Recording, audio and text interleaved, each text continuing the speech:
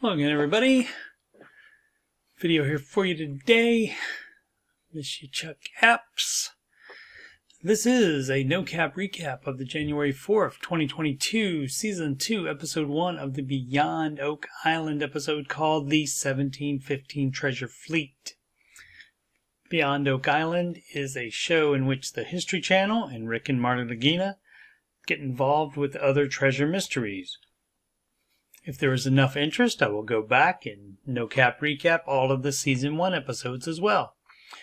If you missed any of my recaps of the Curse of Oak Island main show, there is a link to the playlist in the upper right. Let's get into it. From about October to March, the weather is too bad to get much accomplished on Oak Island. So Rick and Marty Lagina, as well as host Maddie Blake, travel to Sebastian, Florida, the home of metal detection expert Gary Drayton, to go along with him as he continues a long-time search for treasure from the 1715 treasure fleet. In 1492, shortly after his voyage to what would become the Americas for the Spanish Empire, Christopher Columbus and his crew found gold in the rivers and streams of the island of Hispaniola, located here.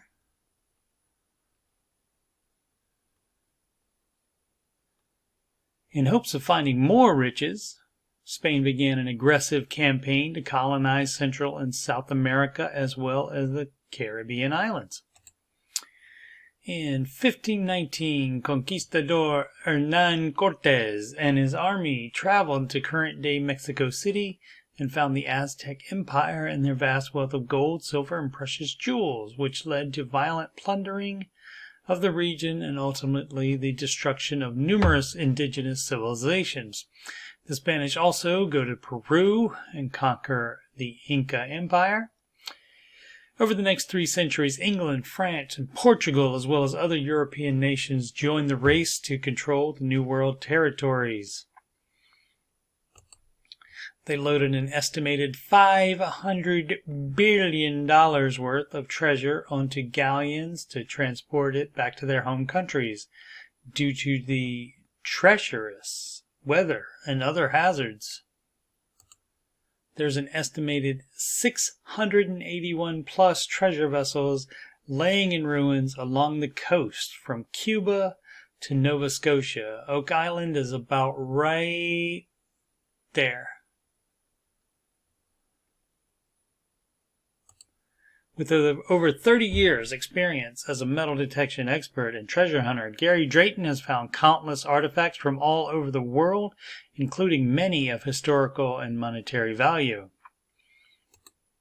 Gary describes the treasure coast as Oak Island in his backyard and shows the guys this ring from the 1715 treasure fleet. After the 13-year Spanish Succession War, Spain had fallen into severe debt. King Philip V ordered that an entire fleet be filled with as much treasure as possible and sent home to Spain. On July 24, 1715, 12 ships left the port of Havana, Cuba. Instead of traveling in a straight line to Spain, the fleet first traveled north along the Gulf Stream because it was faster. They encountered a hurricane, and 11 of the 12 ships were destroyed off the coast of Florida along a 30-mile path. Gary then shows them what he calls his precious, a reference to The Hobbit and Lord of the Rings, an emerald ring from the 1715 fleet. Gary calls it the greatest treasure ring ever found in America. He describes it as, quote, flawless Colombian emeralds, 300 years old, 22.5 karat Inca gold, unquote. Gary believes that it is part of Queen Isabel's dowry. Marty asks Gary if there's a chance they can find something like that today, and Gary says yes, there's always a chance because a few hurricanes a year stir up the ocean floor and push treasure up onto the beach, which also happens on Oak Island. They will be searching CORRIGAN'S, site of the wreck of the biggest ship in the 1715 fleet. Gary says the bigger the ship, the bigger the treasure. Gary has personally found hundreds of thousands of dollars worth of items in this area. The survivors of the fleet and other groups from Spain salvaged approximately 70% of the treasure over the course of 3 or 4 years, but then they stopped.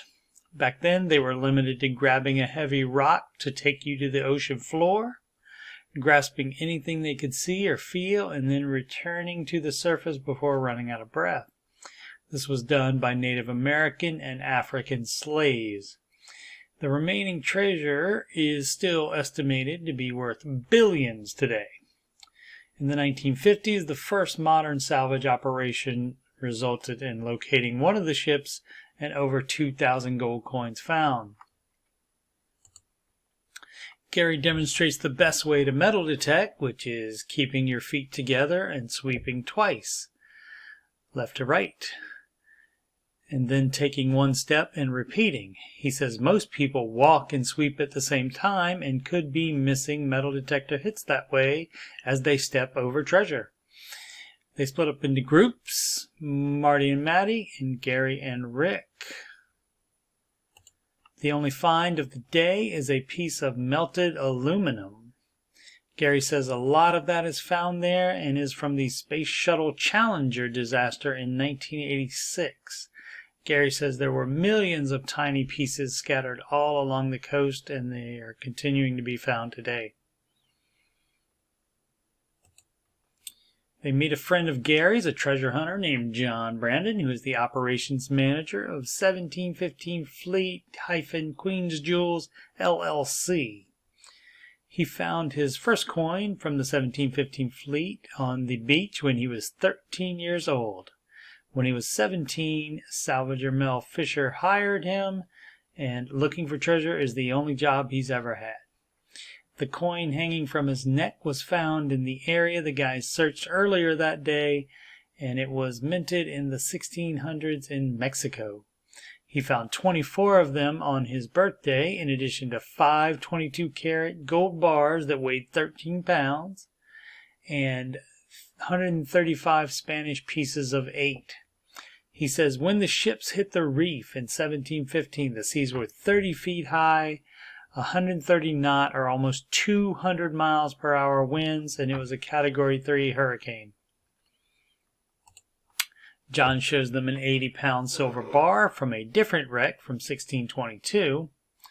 In 1985, he and Mel Fisher's team found 36 tons of them, and they are 99.9% pure silver.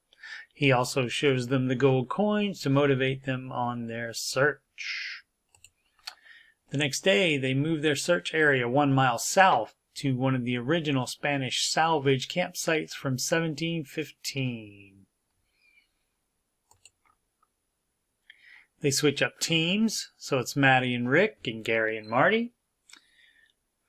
Maddie finds a deck spike, while Gary finds what he thinks is an oxidized silver coin. They visit a nearby museum to get an expert's opinion. The expert identifies Gary's find as rust instead of a coin, but the deck spike proves to be copper and verified as 1715 fleet material.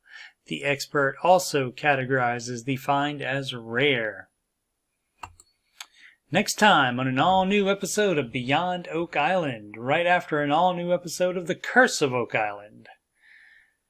Marty Lagina and Maddie Blake travel to Kansas City, Missouri to assist riverboat enthusiast David Howley as he searches for 2 19th century wrecks loaded with lost riches and American history in the Beyond Oak Island episode called Riverboat Riches.